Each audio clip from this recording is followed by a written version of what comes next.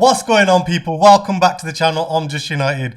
We're back from Old Trafford with a 2-1 win against Chelsea. We got the 3 points in the bag. It was very rainy that day, but luckily the clouds didn't hang over Ruben Amorim for too long. I'm joined by Peter and I'm joined by Jay. How we going, guys? We got 3 points. It was a little bit more difficult than it should have been, but you know what? We're happy. Yes, people. Welcome back. Fantastic result. It's brilliant. What can I say? Chelsea, Old Trafford, smashed them.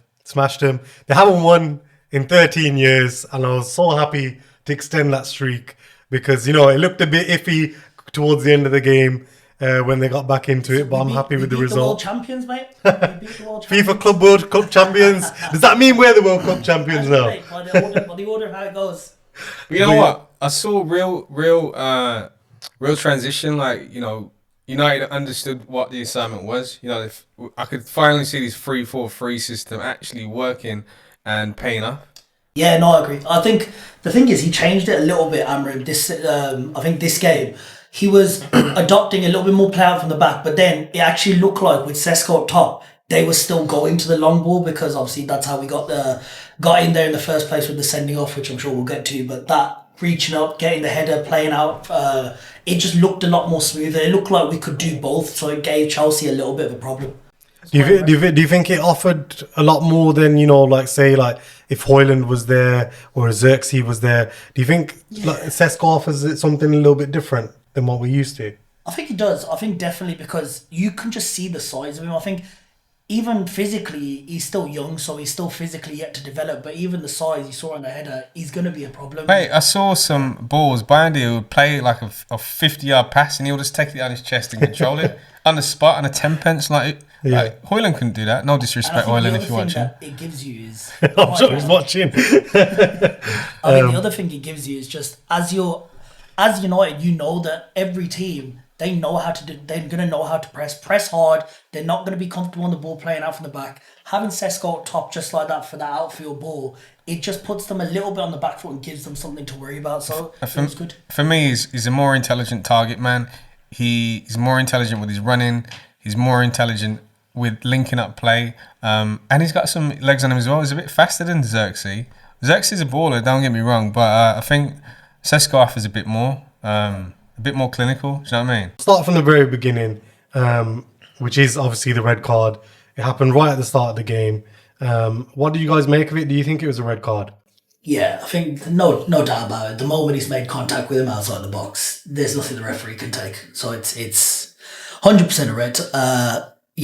For a second, it looked like the ref wasn't going to give the red because he took a long time. So I thought it was good. There's going to be a couple of reds at Old Trafford, but he's shown the card, and I think after that it was game over.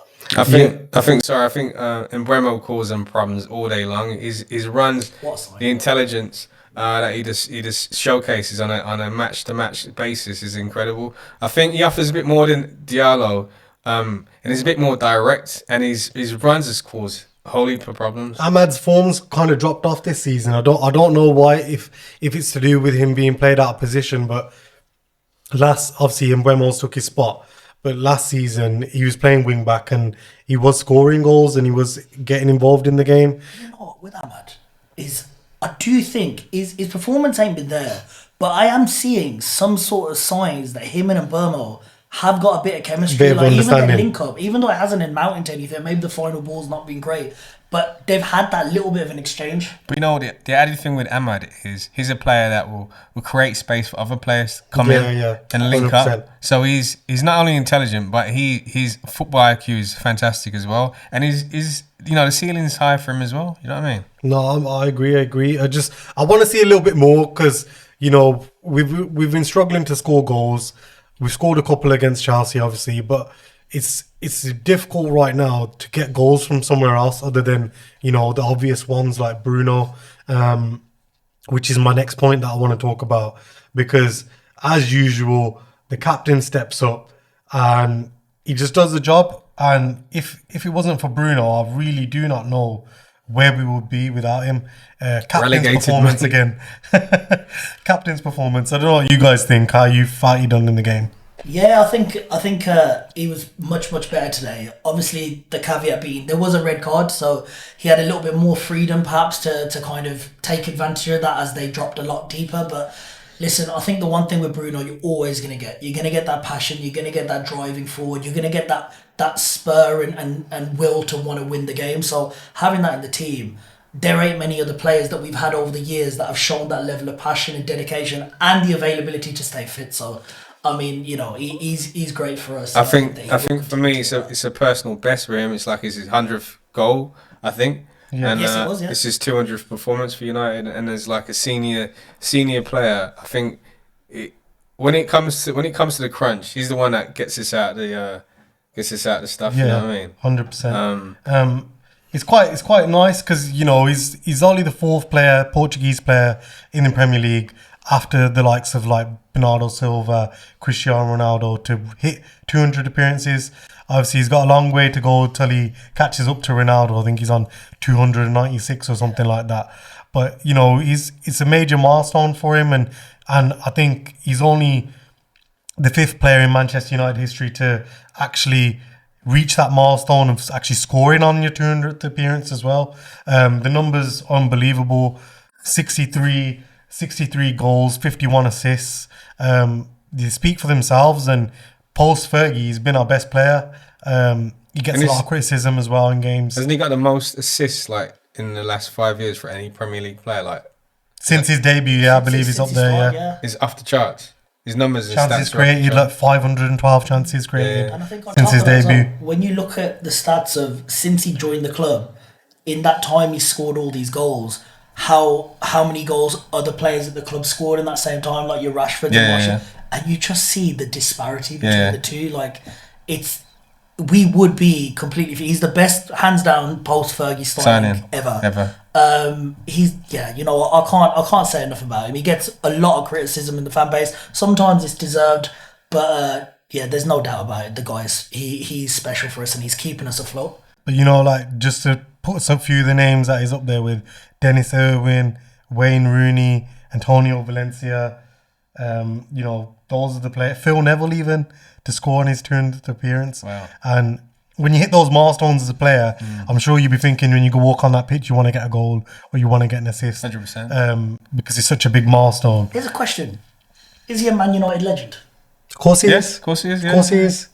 Do you know, he might not have won the trophies that the legends in, you know, The best Man teams United's have won. folklore have. But he's up there because you have a look at any other team that performs well. If you put Bruno in any of those teams, he wins them every single trophy. The rated team, I don't think that he couldn't walk into, like Liverpool, Man City's, Juventus, you know, Barcelona and Real Madrid. He could get into any of those teams. when he joined us, you look at his first season, I know obviously he probably had like 15, 16 penalties in there, but he was just on fire. And did we sign him in January as well? January signing, and you know, he just lit the place up, and he hasn't stopped since. I was so glad he didn't go to Saudi, by the way, as well. I was glad to keep him. I think honestly, I know there's a lot of a debate about what's his best position, where's Amorim playing him, stuff, and that will continue. But I think we are so much better of a team with him in the squad than without. Yeah, 100%. I think he wants to play at the top of his game at the most competitive league in the world, and I can't really see him doing that in Saudi right now. Saudi's like a retirementville for him. You know what I mean? Yeah. It's funny you say that because the next person I want to talk about, Casemiro. You know, he's been linked with Saudi as well, potentially leaving in the summer. How do you guys feel about him, and what did you make of his game on Saturday? I mean, until the red card, I actually thought he had a good game. I think he actually played well. He actually looked like he had a bit more composure and a bit more of a presence in the midfield. He was breaking up play well. He was setting off well. He obviously got the goal. Again, man, Casemiro. Like, I don't think it was a second bookable offence, but he's got to be better than that. Experience, you've got to know. Just see the game till half time. Don't do anything silly. I think that's a big. How about you, Jay? What did you think? I thought, you know, when he got the first yellow, I oh, he's gonna be a liability again because every time he gets He's got that urge to just get sent off, hasn't he? you know what I mean? He'll sack off the next game. Look, the man's got Tourette's. Even when he stays on his feet, he just looks like he's ready at any point to go to ground. Yeah. He always looks like he's ready. If players getting away from him, he's gonna chop him. He ain't gonna not try But to chop to him. be fair to him, I don't think the second one was a yellow card. I just felt like the referee felt like he needed to equalise things with Chelsea. The Chelsea players gathering around him. Do Yeah. you know what I mean? But Cucurella was taking fouls for days, and nothing happened to him. Do you know what I mean? He probably got what did he get, a yellow in the end after like 10 fouls or something like that. I'll give you a stat. He's the first player to score a goal and to be sent off in the first half. No of the game. way, really. Also, Ever? this is the first game in Premier League history to see 2 goals, 2 red cards, and 2 substitutions in the first half. There was a lot of drama, to be fair. Talking a little bit on Chelsea as well. I do believe, as much as we played well and we exploited them for that red card that they received in the first 6 minutes of the game for the keeper, I do believe that Maresca kind of handed us the game. He took off Colepalmer and afterwards. That Obviously, was injured though, wasn't he? he come out and said he was injured, but I still believe that if they didn't get that red card, I don't think he's going to sub Palmer off the pitch. Took off Neto, and you've seen his reaction when he walked off the pitch as well. He was livid, he was screaming when he walked off the pitch. And I do feel like his substitutions kind of ruined Chelsea's flow a little bit and just kind of handed us the game up until Casemiro's red card. He seemed a little bit rushed. He kind of immediately jumped up. I know you got to make that the sub to replace the keeper, but he did seem a bit rash. You saw him on the touchline. He was talking to so many different people that didn't come on. I think he was giving Garnacho instructions on what to come on. We never saw him come on the pitch. So yeah. Remember, Garnacho, you're a bench player now, all right? You left Man United as a potential starter to be a bench player, and I hope you're happy. Obviously, I know people are coming after you after the game, but that's what you get when you leave such a big club. And, we gave you the respect that you thought you deserved by giving you Ronaldo's song. And, you didn't even come off the bench to play against your former team. And that says it all. Yeah. I don't know how you guys feel about the situation. Yeah, well, I haven't checked his social media, but I'm sure he had some indirects to post because that seems to be his thing nowadays. Yeah, he had a picture after the game, with Ahmad. And I think Ahmad had to delete his post, and United had come out and said that's been a funny one. They're checking on him. I think he deleted all his pictures on him. So that's a little bit something to keep hold of. There's always some drama at United, man. We can never just have a positive week, get 3 points. I know it's if United win, it's because Chelsea were poor, it's because crazy. they got a red card. I just think, you know what, Garnacho is a young player. He's going to make mistakes, and he's quite arrogant. And you got to have some level of arrogance to yourself, being who he is. You know what I mean? He's an international player. He's young. He's on a rise. Fair play to him. He's got his transfer to Chelsea. Good luck to him. No, I don't know about that. No good luck here. I never wish ill fate to any player, but I do think that, listen, we as a fan base, Man United, we've never openly hated many players that have left us. I can think of maybe Di Maria, people that have left, that forced their ways out of the club. Yeah, exactly. But for the most part, if you play for United, you are a part of our history, our culture. We will always give you the respect it's due. And anytime you come back with another team, we'll applaud you. I think Garnacho. He's got a new song now. Yeah, he's got Tevez's old song now. So he's just showed that, listen, you forced yourself out of the club. You've forced yourself to try and ideally go to a better situation. I don't think it was the right decision. I think ultimately in time, I think he'll realise. Yeah, he's made a mistake. You know what I mean? And young people do make impulsive decisions, and he probably didn't have the best agent advising him at the time as well. But it's the cross he's going to have to bear. That's it. As a man, you made your decision. You got a line. So moving on, I thought we were defensively solid in the game. Can we big up Matthias de Ligt, please, people? We were defensively solid, making tackles all over the pitch, as you guys can see on screen there. You got Bruno going in, you got Mazraoui going in, and I felt even when the game went down to 10 men, I thought we managed it quite well. Yeah. The system is held. Do you know what I mean? I think there was a little bit of panic. I think the one thing that definitely with United, we never make things easy for ourselves. But I think that even at 10v10, it's an equal game. We did look like a little bit shaky, and almost like the stadium. You heard it again, like just a bit of groan. The only thing I'd say, Pete, is to support that is when he made that substitution again. He keeps messing with the back line. every second half keeps changing the back line. I don't understand it. Yeah. Took off Harry Maguire, brought on Euro. What happens? Yep. They score a goal. We have no aerial presence. I think teams. The warning signs were there though, weren't they? 100%, Just before they had that goal disallowed. Yeah. And then, Off you know, Fofana, 5 minutes later, they scored from a corner. Teams always back themselves against us on a set piece, and I think you see it. Like, they just look more up for it. You see United players just absolutely crapping themselves. Do you think that's got anything to do with the fact that, you know, Amorim's having to work on so many different things that, you know, he's probably just only focusing on one thing at a time? But I think you know what, it's an array of things. I think the first thing is the keeper. There's no proper presence in there, directing, organising, saying, no, you stand there, I'm going to come out and claim this ball, and I don't care, I'm going to mull it all here to get it. But I think that's what translates to that fear, because it was the same thing. Do you remember last season where we had that phase where we were conceding every week around the December time? And it's the same that I think the players don't have that chemistry and trust with the keeper. They then feel like they need to go a little bit back and make sure that they cover the keeper's ground. They're giving players a head start of running and getting the leap. You know what I don't get It's though? all falling into pieces. I never understand. Every single game, I agree with what you're saying. Like you said, they go at us at set pieces. Why does nobody ever defend the keeper? We literally, like, nobody ever defends him. Like, they know he's shaky and he might not come claim it or whatever.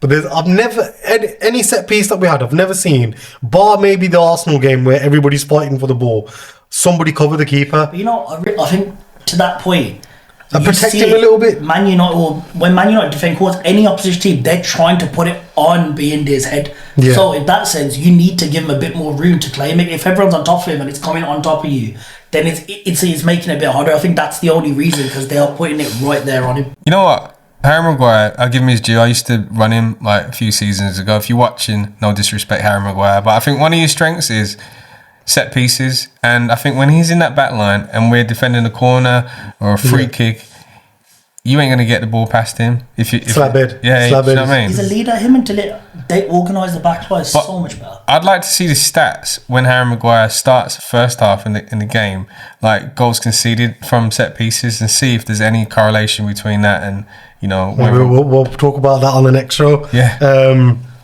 The next thing I want to talk about is Luke Shaw, because, you know, this guy, he done really well on the pitch, and I thought, you know, the redemption. Yeah, and I love this little cheeky bit with Enzofernandes. You know, when they're going at each other. There's a few moments in the game, I think it was Cucurella's coming, go blasting down the wing, and then the ball's towards the corner flag, and like he's trying to barge into Luke Shaw, and Luke Shaw just barged him off the ball and then pushed him onto the floor. Physically, he's big, and obviously, I know the big issues with him is obviously staying fit. I've always been a defender of Luke Shaw. I think that the biggest issue, again, staying fit, but on his day, I think he's solid. He had an awful game against Man City, so I'm glad that he came back, he bounced back. He looked just a lot more I loved it though. He had the game had a little bit of a bite to it as well, didn't it? Yeah. He looked confident on the ball. Like, this is the first time in a while, even while he's been playing centre back, we saw Luke Shaw taking the ball out from the back and running with it a little bit and going into midfield. And if he's able to do that consistently, that's going to be such an issue for other teams, because he's just going to take the ball into midfield, allow the midfield push forward, and just allow us to have a better numbers game against their defence. And, you know, he played in this position last season for a little bit, and then, you know, he's out of the team. He got injured again, and I think maybe he's just adjusting his game as well from being that pure, you know, left back to being a centre back. And I think he's come out and said it himself as well, that, you know, maybe this is his last chance to kind of save his game at United in that position. Think he still can play a wing back? I think I just don't think he's got the legs to get up and down that pitch as much anymore. Like, you see in games now where, you know, he used to be making that overlap and run, or obviously I know the position's different, but like even sometimes in a game you can still make that overlap and run. He's still quite hesitant, and then when he has got the chance to make that overlap and run, he tends to pass it back. So I don't know whether that's, you know, positioning because of the way he's been told to play. The reason why I'm asking is obviously at some point we're expecting Martinez to come back into that team, and he will be the first choice for that left centre line. Do you think Luke Shaw pushes forward? But I also have the same question marks about his ability to be able to stay fit with that burden. I think he's the best left back in the country when he's fit. I think when Martinez comes, I think playing Luke Shaw in bits because he's prone to injury. Yeah. Do you know what I mean? And if we can conserve him, both of them at the same time, because Martinez come back from an injury twice as well now. Yeah. So we need to find a balance for both of them. Big season. I think if we can use them both in parts, we will do well. Because I can't wait for Leacher to come back. I know. I feel like he's going to be that extra piece, because you know how I forgot to touch on it as well. How De Ligt, in that game, he was dropping into midfield. I think he had something like 79 touches in midfield.